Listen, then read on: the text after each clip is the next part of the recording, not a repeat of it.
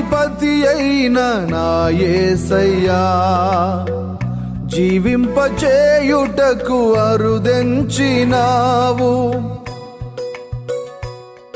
క్రీస్తునందు ప్రియమైన దైవ జనాంగమా, మీకందరికీ ఉదయకాలపు శుభములు తెలియజేస్తూ ఉన్నాను. ప్రతి ఉదయం ప్రభువుతో సావాసం అనే కార్యక్రమానికి మిమ్మును ప్రేమతో ఆహ్వానిస్తూ ఉన్నాను. రండి, మరలా ఈ యొక్క ఉదయకాలంలో దేవుని యొక్క వాక్కును ధ్యానం చేద్దాం.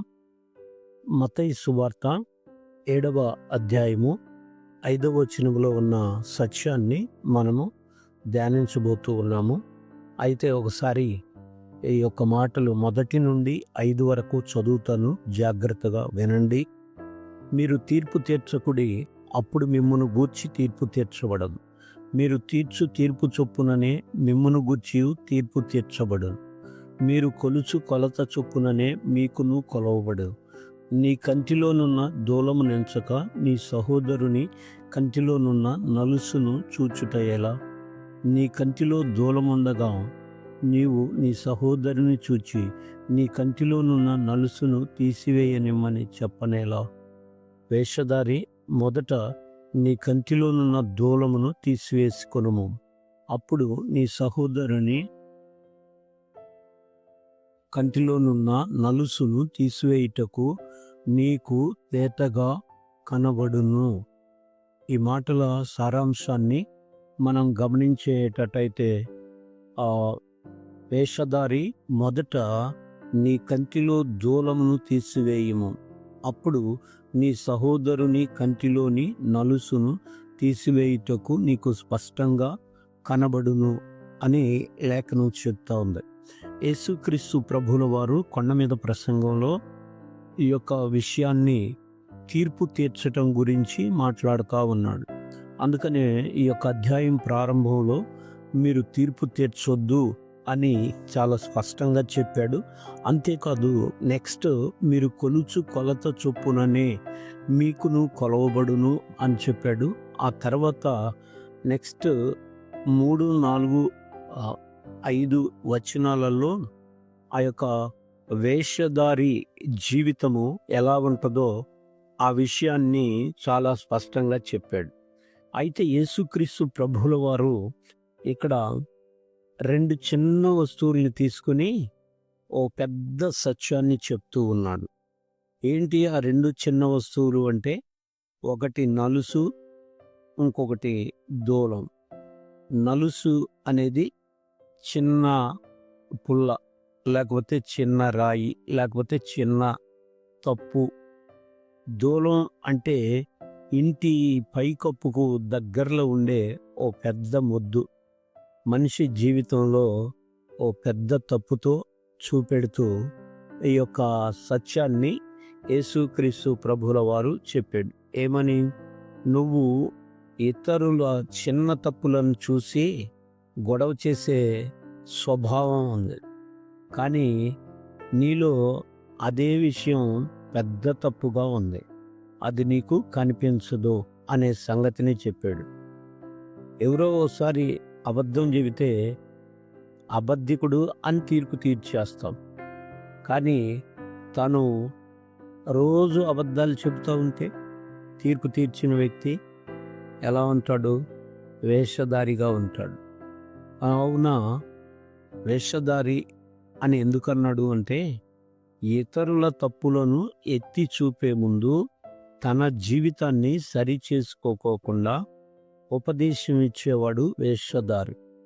మనం ఇతరుల తప్పులను సరిచేయాలి అంటే ముందు మనలను మనము సరిచేసుకోవాలి. బయటికి పరిశుద్ధుల్లాగా కనిపించి ఆ తర్వాత లోపలంతా వేరే పరిస్థితి ఉందనుకోండి, అది వేషధారితనం. అందుకని యేసుక్రీస్తు ప్రభువుల వారు అప్పుడున్న కాలమాన పరిస్థితులను బట్టి, అప్పుడున్న ప్రజల యొక్క స్థితిగతులను బట్టి ఈ మాట చాలా స్పష్టంగా మాట్లాడాడు. మొదట నీ కంటిలో ఉన్న దూలమును తీసివేయి. ఇది చాలా ముఖ్యం. అంటే మొదట నన్ను నేను సరిచేసుకోవాలి, ఆ తర్వాతే నేను ఇతరులకు సహాయం చేయాలి. దూలం ఉన్నప్పుడు నలుసు కనిపించదు. అంటే కోపంతో, గర్వంతో, పక్షపాతంతో ఇతరులకు సలహా ఇస్తే అది ఎదుటి వ్యక్తుల్ని గాయపరుస్తుంది తప్ప సరిచేయదు. అయితే స్పష్టంగా మనకి ఎదుటున్న వాళ్ళ తప్పు కనబడాలి అంటే మనము మొదట మన జీవితంలో ప్రేమ, కనికరంతో ఒకరినొకరు సరిచేసుకోవాలి. అది చేయటానికి ముందు మన హృదయం శుద్ధంగా ఉండాలి. ఎప్పుడైతే ఈ యొక్క శుద్ధమైన హృదయం మన లోపల మనం సరిచేసుకోగలుగుతామో ఎదుటివారిది మనకు కనబడటానికి ఆస్కారం ఉంటుంది.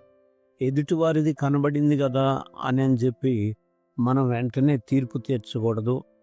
వెంటనే వాళ్ళని క్రిటిసైజ్ చేయకూడదు. మనం మన జీవితంలో ముందు నన్ను నేను మార్చుకోవాలి. ఆ తర్వాతే ఇతరులకు సహాయం చేయాలి.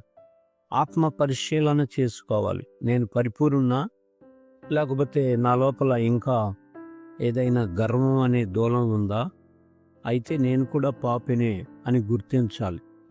దేవుని యొక్క కృప కావాలి.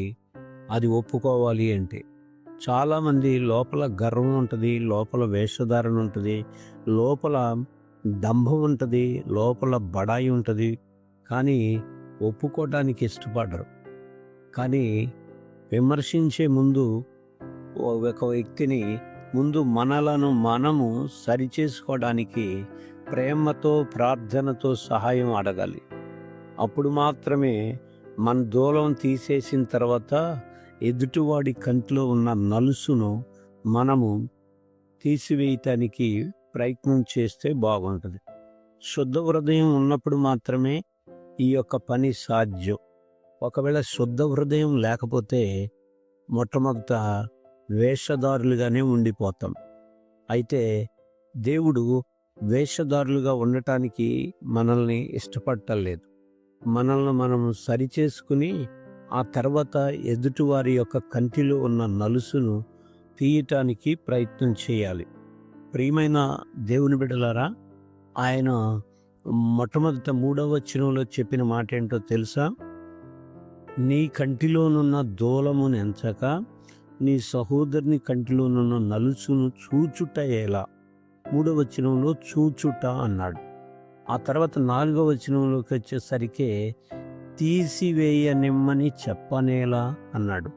మొదట చూసాడంట, రెండోసారి తీసివేస్తాను, తీసివేయి అని చెప్పాడంట. మూడవసారి చెప్తున్న మాట 5వ వచనంలో వేషధారి మొదట నీ కంటిలో నున్న దూలమును తీసివేసుకుని, అంటే మొదట మనలను మనము పరిశుద్ధతలోనికి నడిపించుకోవాలి. మొదట మనలను మనము ప్రార్థనలోనికి నడిపించుకోవాలి. మొదట మనలను మనము దేవుని యొక్క సన్నిధానంలో స్థిరపరుచుకోవాలి.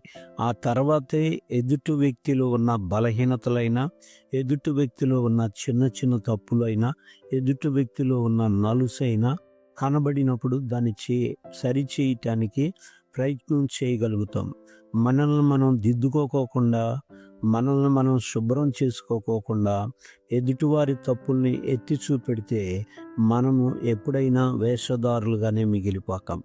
దేవుడు అంటున్నాడు, వేషధారులుగా మీరు మిగలొద్దు అని చెప్తా ఉన్నాడు. వేషధారులుగా మనం ఉన్నంత కాలము కూడా దేవుని ఎదుట నీతిమంతులుగా మార్చబడలేం. మన జీవితాల్లో మనము మొదట మన కంటిలో దూలం ఉందేమో తీసేసుకోవడానికి ప్రయత్నం చేద్దాం. అంటే మన వ్యక్తిగత జీవితంలో దూలం లాంటి పెద్ద తప్పులు ఏమైనా ఉన్నాయా, వాటిని సరిచేసుకోవాలి. ఆ తర్వాతనే మన సహోదరుడి యొక్క కంటిలో లేకపోతే జీవితంలో ఉన్న చిన్న తప్పుల్ని సరిచేయటానికి మనకి ఆస్కారం ఉంటుంది. ఒకవేళ మనల్ని మనం శుద్ధి చేయకుండా ఎదుటి వాళ్ళని శుద్ధి చేసుకోమని చెబితే మన లోపల వేషధారితనం బయటపడుతుంది. అలాగా ఉండకుండా మనం అందరం సరిచేసుకోవాలి. అప్పుడు మనం ఎదుటివారికి తీర్పు తీర్చము. అప్పుడు మనము ఏ కొలతతో ఇతరులను కొలుస్తామో అదే కొలతతో మనకు కూడా కొలవబడుతుంది. ఇతరులను కొలిచే కొలతలో మనము ఎలాగ చూస్తున్నామో అది చాలా జాగ్రత్తగా చూసుకుని మనము మాట్లాడటం కానీ, ప్రవర్తించటం కానీ, ఆలోచించటం కానీ వీటినన్నిటినీ దృష్టిలో పెట్టుకుని చేయాలి. అలా చేసినప్పుడు మాత్రమే మనం వేషధారితనాన్ని నుండి బయటకు వస్తాము. అప్పుడు ఇతరులను సరిచేయటానికి మనకొక అవకాశం దొరుకుతుంది. దేవుడి మాటలు తన వినికిడిలో దీవించునుగాక. ఆమేన్. ఈ దినమంతా దేవుని యొక్క కృపా సమాధానం మనకందరికీ తోడై ఉండి నడిపించునుగాక. ఆమేన్.